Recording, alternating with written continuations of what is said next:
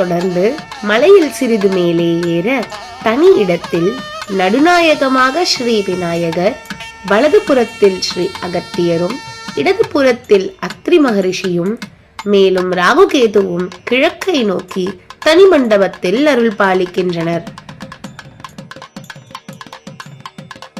இந்த இடத்தில் சிவபெருமானை மற்றும் பாலாம்பிகையை முனிவர்கள் மற்றும் சித்தர்கள் வழிபட்டு அருள் பெற்றதாக குறிப்புகள் உள்ளன.